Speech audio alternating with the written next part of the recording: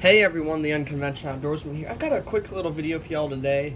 I won't try to drag it out too long, but I just want to go over, I've got some really neat lures here. I was going through all my tackle since I've moved, organizing it into my workshop and everything, getting it to where I can just grab and go if I needed to go fishing. But look at that, this is about a 55-year-old Lazy Ike wooden bait. I mean, how cool is that? Big old treble hooks on it. It's even got some old fishing line on it. I don't know if you can see that there. The camera will focus. But it's got some old monofilament on there. Wow. And it's just crazy to think how far the fishing industry has gotten in the last, since this came out, like what, 1960, late 50s. That's pretty cool. I've got some other baits here I'll go over. You've got like a really old looking crankbait. I mean, it's pretty tore up. I mean, my grandpa used the heck out of this thing, it looks like. More fishing line on there. Man, it's just crazy to think about the history behind some of these pieces.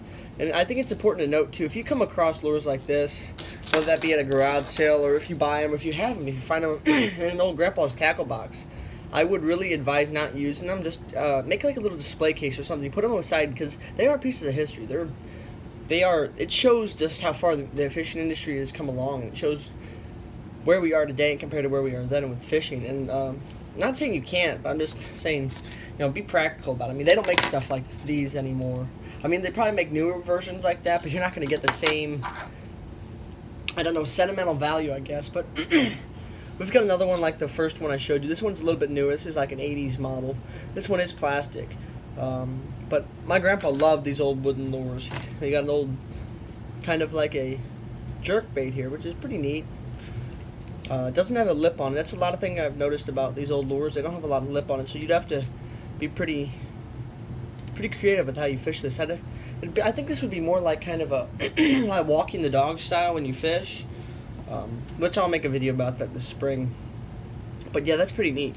I've got a couple more here. This is I wouldn't say a really, really old spinnerbait, but this is spinnerbaits from about the mid-90s, which I thought was pretty cool.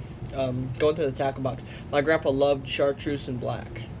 A lot of his stuff, as you can see here, is chartreuse and black, so that's pretty neat. This is like, I think, a head-in lure, which is really cool.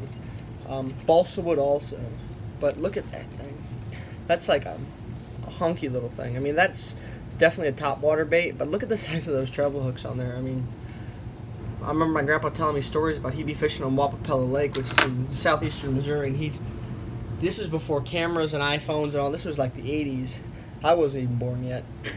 And he said, man, yeah, he caught a 10-pound bass, but he didn't have any camera or anything to take pictures of it, but he just, he remembers the lure it was used on. It was like something like this, a really big lure.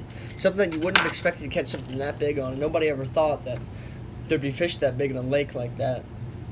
But it really is just cool to appreciate the history that just by looking at a lure such as this. I mean, you might look at that like, oh yeah, I can go to Walmart and pick that up for $2.50, but think about that. When this came out in the early 70s. A clear plastic lure was a huge thing at that time.